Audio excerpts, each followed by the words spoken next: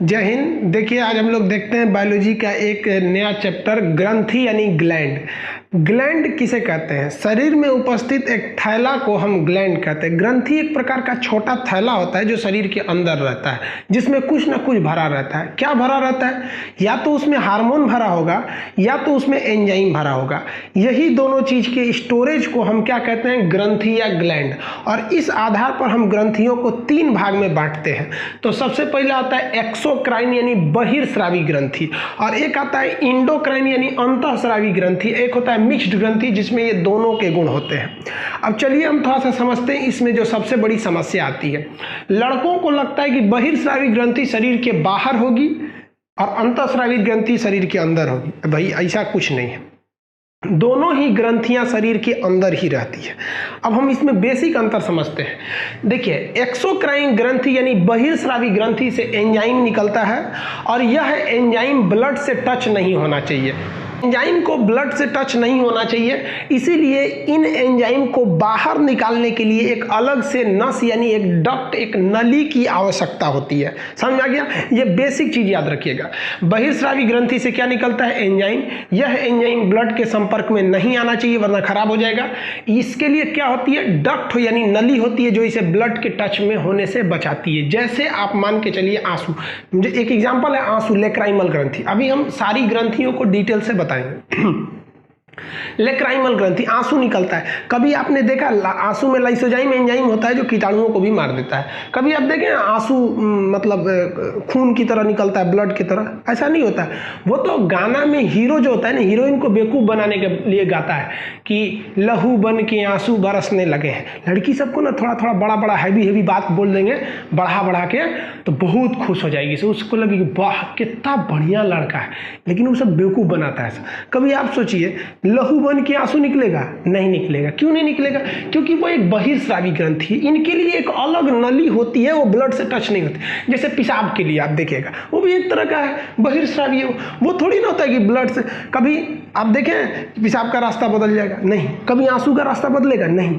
क्यों? लार ग्रंथि, लार ग्रंथि भी तो एक बहिर्स्रावी ग्रंथि है। क्यों? क्योंकि लार भी एक प्रकार का एंजाइम है, पाचन में बता दिए हैं, मुख्य रूप से उसमें टाइलिन पाया जाता है।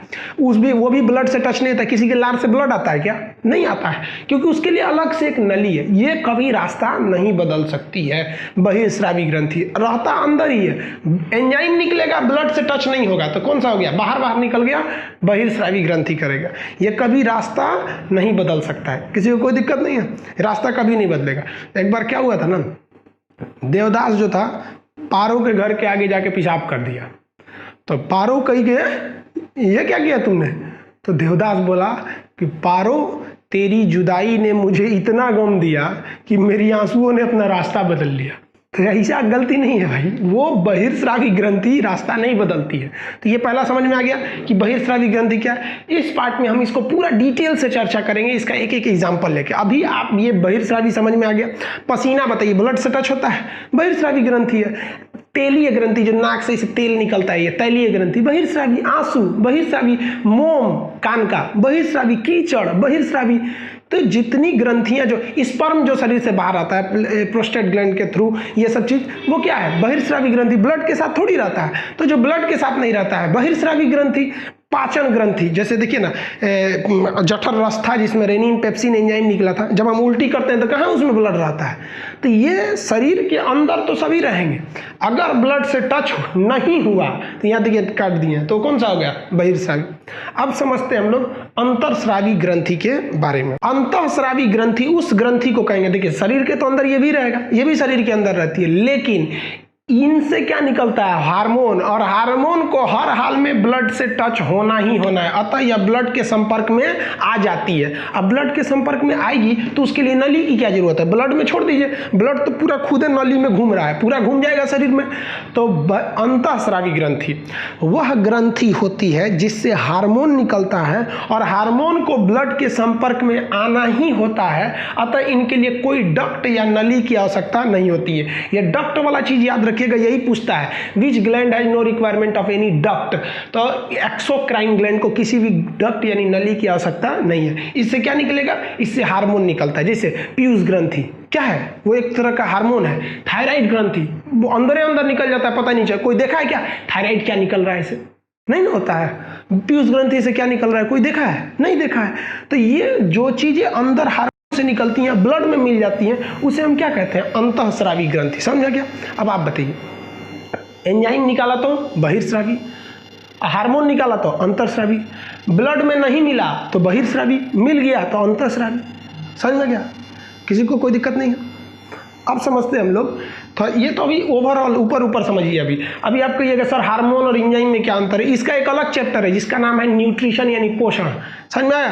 तो ये ओवरऑल बाहर अभी अंतर देखिए। अभी हम एक एक का एग्जाम्पल ले लेके सबके वर्क हम समझाएंगे इस पार्ट में। ये वीडियो 2 पार्ट में बनेगा, चूंकि ये बहुत बड़ा टॉपिक है इसलिए इसको 2 भाग में बनाना ही पड़ेगा। अब जरा सोचिए, अगर एंजाइम निकला तो बहिर्स्रावी और हार्मोन निकला तो अंतःस्रावी, अगर ससुरा दोनों निकाल दिया तब उसे हम कहते हैं मिश्रित ग्रंथि, मिक्स्ड ग्लैंड, मिश्रित ग्रंथि। इससे एंजाइम भी निकलता है, हार्मोन भी निकलता है। इसका एग्जाम्पल अगर देखिएगा तो इसका एग्जाम्पल होता है पेंक्रियाज, क्योंकि हम आपको पाचन तत्व में पढ़ा दिए हैं, पेंक्रियाज में से एंजाइम निकलता है, लाइपेज, एमाइलेज, ट्रिप्सिन नामक एंजाइम निकलते हैं। और इसी पेंक्रियाज से हार्मोन भी निकलता है। सबसे फेमस हार्मोन आप सुने होंगे इंसुलिन, कहाँ से निकलता है? पेंक्रियाज से। समझ में आ गया? तो पेंक्रियाज मिश्रित क्यों है ये तो समझ में आ गया आप लोग को। अब आप अंदाजा लगा लिए होंगे कि बहिर्स्रावी अंतःस्रावी में क्या अंतर। हम 2-4 आपको एग्जांपल देते हैं, आप बताइएगा। थूक क्या है? ये लार जो निकलता है बहिर्स्रावी होगा क्योंकि ब्लड से टच में नहीं होता है। आंसू बहिर्स्रावी, कीचड़ बहिर्स्रावी, कान में का वैक्स बहिर्स्रावी, तैलीय ग्रंथि बहिर्स्रावी, पाचन ग्रंथियां बहिर्स्रावी। कहाँ? खून। पाचन जितनी ग्रंथियां पाचन करती हैं कहाँ? खून में निकालती हैं। लार ग्रंथि पाचन करती है, खून निकलता है। पेट में से आपको जठर ग्रंथि बता दी है, रेनिन पेप्सिन निकलती है। कहाँ खून निकलता है? अगर विश्वास नहीं तो उल्टी करिए, अगर खून निकलेगा तो समझ जाएंगे कि पेट में खून भी बन रहा था। जो आंत से निकलने वाली रस वो एंजाइम थे, या जो इधर से निकाला था आपका पेंक्रियाज, जो लाइपेज, एमाइलेज, ट्रिप्सिन, जो लेट नामक ट्रिक बताए थे आपको पाचन में, वो कहाँ इसमें आके ब्लड मिलाती है। अगर ब्लड मिलती तो लैट्रिन के रास्ते भी ब्लड आता। तो ये जो ब्लड से टच नहीं रहती है वो हो गई बहिर्स्रावी, टच में हो गई तो अंतःस्रावी। समझ गया? अंतःस्रावी में हार्मोन, बहिर्स्रावी में एंजाइम। अब एक एक को अलग अलग करके समझते हैं। पार्ट 1 में हम लोग पूरा एक्सोक्राइन ग्लैंड यानी बहिर्स्रावी कंप्लीट करेंगे। आप इसका एक स्क्रीनशॉट लीजिए, हम आपको एक एक डिटेल करके समझाएंगे। गारंटी आपको ग्रंथि नामक चैप्टर में कोई प्रॉब्लम नहीं आएगी। तो हम लोग देखते हैं, स्टार्ट करते हैं ऊपर से ऐसे नीचे चलते चलेंगे। सबसे पहले आता है आपका सेरुमीन ग्रंथि। देखिए इंग्लिश हिंदी दोनों यही होता है, कुछ कुछ नाम होते हैं जो नहीं बदलता है। जैसे राम का नाम इंग्लिश में भी वही होगा, हिंदी में भी वही होगा। और ज़्यादातर बायोलॉजी में आप 100% सोचिएगा उसका हिंदी हो जाती है, काफ़ी टफ हो जाता है। तो देखिए पहला याद रखिएगा सेरुमीन ग्रंथि, ये सीजीएल में पूछ चुका है आपको। सेरुमीन ग्रंथि कहाँ पाई जाती है? कान में पाई जाती है और यही मोम बना देती है। आप बताइए ये मोम कहीं ब्लड से टच होता है? नहीं होता है। ब्लड से टच कहाँ होता है? इसका मोम का एक रास्ता फिक्स है कि मुंह में से मोम निकलेगा, ऐसे निकलेगा, कान में से निकलेगा। तो आपको बताएं जिसके लिए डक्ट यानी नली हो और जो ब्लड से टच में ना हो वो क्या हो जाता है? बहिर्स्रावी। तो सेरुमीन ग्रंथि कहाँ पाई जाती है? कान में। क्या करती है? मोम बनाती है। और वही देखते होंगे आप, लड़का बचपन में होंगे तो ये आप कलम का लीड खोल के ऐसे बकोटते रहते होंगे, और नहीं तो किसी कागज का ऐसे कोना मोड़ के और उसी में बचपन में आदमी कोचते रहता था। किस लिए? क्योंकि वो सेरुमीन ग्रंथि मोम बनाती है। जितना कान को खोदिएगा ना उतना ही सेरुमीन ग्रंथि मोम बनाएगी। इसलिए देखिएगा जो कान खोदता होगा ना वो खूब खोदता है, और जो नहीं खोदता है वो नहीं खोदता है, क्योंकि सेरुमीन ग्रंथि को डिस्टर्ब मत कीजिए। अब दूसरा आता है लेक्राइमल ग्रंथि। देखिए आंख में 2 ग्रंथि होती है, एक आंख के ऊपर वाले भाग में, एक आंख के नीचे वाले भाग में। तो एक ऊपर वाले को कहते हैं लेक्राइमल ग्रंथि। देखिए ये आंख बना दिए हैं, ऊपर एक ग्रंथि बना के 2 नंबर लिख दिए हैं, मतलब वो लेक्राइमल ग्रंथि है। और नीचे एक ग्रंथि बना के 3 नंबर लिख दिए हैं, इसलिए वो मोबिवियन ग्रंथि है। तो ये नंबरिंग से आप समझिएगा। तो पहले हम ऊपर वाला समझते हैं, लेक्राइमल ग्रंथि। ये कहाँ पाई जाती है? तो आंखों के ऊपरी भाग में पाई जाती है। इसका काम क्या है बाबू? तो आंसू का निर्माण करना। किसका निर्माण करना? आंसू यानी टीयर का निर्माण करना। क्वेश्चन पूछेगा आंसू में कौन सा एंजाइम? तो लाइसोजाइम एंजाइम। आप बताइए क्या आंसू ब्लड से टच होता है? नहीं होता है, तो ये आंसू का निर्माण करती है। अब आगे देखते हैं हम लोग, आंखों का ये जो कोना वाला भाग है ना, इस कोना में अब देखिएगा ना एक मांस लटकते रहता है, एकदम नाक के पास कोना वाला देखिएगा ना एक मांस होता है छोटा सा, उसे हम लोग कहते हैं पंकटम। क्या कहते हैं? पंकटम कहते हैं। वही आंसू को स्टोर कर लेता है। ज्यादा आंसू रहेगा तो टपक जाएगा और कम रहेगा तो स्टोर कर लेगा।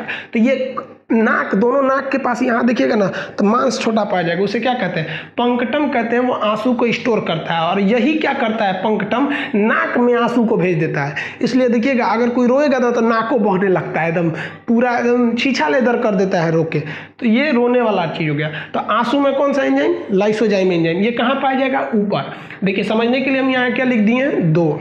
अब समझते हैं थोड़ा नीचे वाला पे। तो आँख के नीचे ऐसे निकाल के देखिएगा एक मांस का लोथड़ा पाया जाएगा।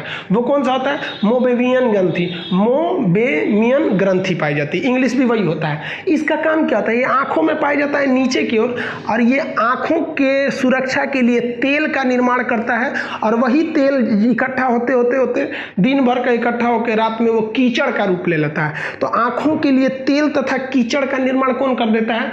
मोबेमियन ग्रंथि। ये क्या करते हैं? कीचड़ का निर्माण करती है। सुबह में उठ के ऐसे जब बकोट उकोट के फेंक देता है, एक को तो एक कटोरा फेंकता है।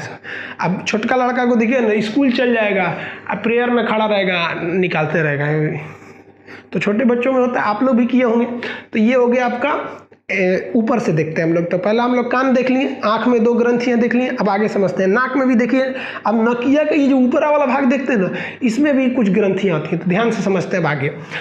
श्वेत ग्रंथि जो होता है, इसे हम लोग श्वेत ग्लैंड यानी स्वेट ग्लैंड के नाम से जानते हैं। ये पसीना का निर्माण करती है। देखिए गर्दन पे पसीना हो जाता है, माथा पे हो जाता है, बहुत पसीना निकलने लगता है गर्मी के दिन में। तो पसीने का निर्माण कौन करती है? स्वेद। श्वेत नहीं, श्वेत मतलब तो हो जाएगा सफेद। ये क्या है? स्वेद।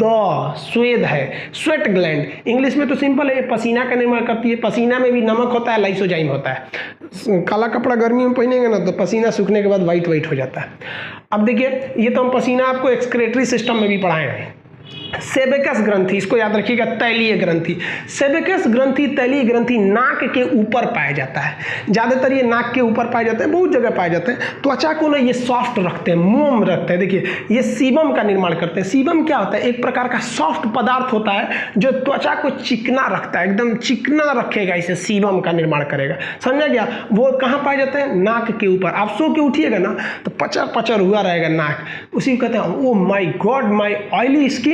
लड़की सब ना उस पर क्रीम पोतती है सब। अरे तरीका, तो क्रीम पोतेगी तो नहीं निकलेगा, लेकिन अंदर बनना थोड़ी छोड़ देगा, बनेगा। अब वही 6 महीना बाद इतने फोड़ा निकलेगा, कहेगा oh my God my all beauty has destroyed due to this heavy pimples. लो सोचा तू ही ना पोती थी उसको। तो ये सब नहीं करना चाहिए, नेचुरल रहना चाहिए एकदम इंसान को। तो सेबेकस ग्रंथि, देखिए जानवरों में ना ये सेबेकस ग्रंथि ज़्यादा पाई जाती है। गाय वगैरह देखिएगा ना, उसका शरीर एकदम चिकना रहता है। क्यों? क्योंकि उसमें सीबम बना रहता है। कौवा वगैरह को देखिएगा ना, पक्षियों का पंख एकदम चिकना रहता है। क्वेश्चन भी पूछता है, पक्षी भीगते नहीं है क्योंकि पंख पर क्या पाया जाता है? मोम पाया जाता है। और वो मोम कहाँ से बन जाता है? सेबेकस ग्रंथि ये सब के द्वारा, सेबेकस ग्रंथि वगैरह उसको बना देती हैं सब, मोम वगैरह का। तो ये समझ में आ गया आपको। अब कुछ ग्रंथियां हम आपको पाचन तंत्र में ऑलरेडी पढ़ा दिए थे। समझ में आ गया? कौन कौन सी ग्रंथि पढ़ा दिए थे हम ऑलरेडी? देखिए पढ़ा रहे थे तो आपको स्लेवरी ग्रंथि, लार ग्रंथि पढ़ाए थे। अगर आपको इसके बारे में डिटेल से देखना है तो पाचन तंत्र देखिए, 4 प्रकार का एंजाइम निकले था। अब हम इसमें उसकी चर्चा नहीं करेंगे। स्लेवरी ग्रंथि यानी लार ग्रंथि, ये 4 प्रकार की इससे क्या निकलते हैं? आपके पाचक एंजाइम निकलते हैं। तो इससे क्या निकलता है? पाचक एंजाइम। डिटेल से समझना है तो पाचन तंत्र के चैप्टर में। अब देखिए, खाना जब मुंह के अंदर चला गया पेट में, तो याद कीजिए पेट में कौन सी ग्रंथि थी? जठर ग्रंथि, गैस्ट्रिक ग्लैंड। जठर ग्रंथि या गैस्ट्रिक ग्लैंड। और उससे क्या निकला था? जठर रस।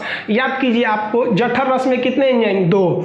तो पाचक एंजाइम का नाम क्या था? जठर एंजाइम। जठर रस यानी जठर एंजाइम में कितने एंजाइम? 2, रेनिन और पेप्सिन। आप वीडियो को रोकिए एक सेकेंड के लिए और पॉज कीजिए और कमेंट में लिखिए कि रेनिन किसको पचाता है और पेप्सिन प्रोटीन को किस में तोड़ता है। समझ में आ गया? देखिए आगे, अब देखिए ये तो हो गए गैस्ट्रिक ग्लैंड। गैस्ट्रिक ग्लैंड जो होते हैं सब, गैस्ट्रिक ग्लैंड यही दोनों का काम करते हैं। ये रेनिन हो गया, ये पेप्सिन, ये दूध को पचा देगा, ये प्रोटीन को। कभी कभी यह गैस्ट्रिक ग्लैंड उतना अच्छा से काम नहीं करता है। जब उतना अच्छा से काम नहीं करेगा तो रेनिन नहीं बनेगा, पेप्सिन नहीं बनेगा, अतः यह पाचक एंजाइम नहीं बनेंगे, तब पेट में खाना अच्छा से पचेगा नहीं, तो आदमी को धुआं ढेकार आता है। तो डॉक्टर से कहते हैं लोग, डॉक्टर साहब धुआं ढेकार आ रहा है, गोए गोए बोल रहा है पेट। अरे भाई गोए गोए काहे बोल रहा है, थोड़ा गैस्ट्रिक ग्लैंड गड़बड़ है। तो डॉक्टर भी समझा देता है कि आपको गैस्ट्रिक का बीमारी हो गया है, गैस्ट्रिक का, ये लीजिए पचनोल, डाइजीन, हजमोला, चबाते रहिए। समझ में आ गया? तो ये हो गई आपकी ग्रंथि। आप ये बहिर्स्रावी, आप देखिए इसमें भी ब्लड नहीं होता है, अगर ब्लड होता तो उल्टी करते तो ब्लड आता। लार ग्रंथि में भी ब्लड नहीं होता है। समझ में आ गया? तो आप इसका स्क्रीनशॉट लीजिए। अभी और भी बहिर्स्रावी ग्रंथियां हैं, उनको डिटेल से समझाते हैं। देखिए अगला बहिर्स्रावी ग्रंथि देखते हैं, म्यूकस ग्रंथि। म्यूकस क्या होता है? एक चिपचिपा पदार्थ का निर्माण करता है। ये कई जगह निर्माण होते हैं, भोजन को निगलने में भी मदद करते हैं। बड़ी आंत में जो मलाशय होता है वहां भी म्यूकस का निर्माण होता है। तो ये कई जगह चिपचिपे पदार्थ का निर्माण करते हैं जो ब्लड से टच नहीं होते हैं, म्यूकस। अब सबसे महत्वपूर्ण हम समझते हैं लीवर के बारे में, बहुत इंपॉर्टेंट है, इसलिए इसको एकदम ध्यान से समझिएगा। लीवर को हम लोग यकृत, उर्दू में इसको जिगर कहते हैं। उर्दू में क्या कहते हैं? जिगर।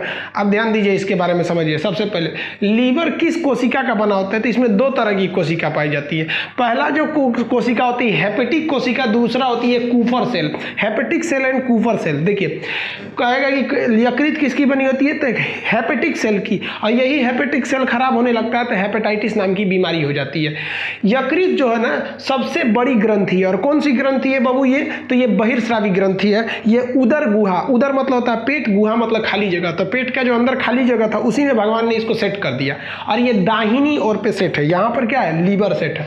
यह इसकी सबसे बड़ी विशेषता, ध्यान से समझिएगा, ये अपने क्षतिग्रस्त अंगों को ठीक कर सकती है। ये बहुत खतरनाक, इसको अगर काट पीट दीजिएगा तो अपने से सही हो जाएगा। क्यों? क्योंकि इसमें सबसे तेजी से कोशिका विभाजन होता है। हम कोशिका चैप्टर में पढ़ाएंगे कि ब्रेन में कोशिका विभाजन होता ही नहीं है, तो इसमें कोशिका विभाजन सबसे तेजी से होता है। अब किसी को इसे दाहिनी ओर चाकू मार दीजिएगा ना तो उसका लीवर कट जाएगा, वो जाएगा इसे कहेगा डॉक्टर साहब छील दीजिए, लीवर कट गया। तो इधर नहीं मारना चाहिए, इधर बाईं ओर, मतलब बाईं ओर लग गया ना तो फिर ज़्यादा दिक्कत आ जाएगा। दाहिनी ओर क्या होता है? लीवर होता है, वो अपनी क्षतिग्रस्त कोशिकाओं को स्वतः ठीक कर सकता है। अब बात करते हैं यकृत कुछ चीज़ों को निर्माण करता है। क्या करता है निर्माण? तो देखिए ध्यान से, ये फाइब्रिनोजेन और प्रोथ्रोम्बिन नामक प्रोटीन बनाता है। ये दोनों प्रोटीन मिलकर ब्लड को जमा देते हैं। अगर कहीं ब्लड कट गया ना तो वहां देखिएगा जम जाएगा ब्लड आके। कभी सोचें कि शरीर के अंदर जम गया तब क्या होगा?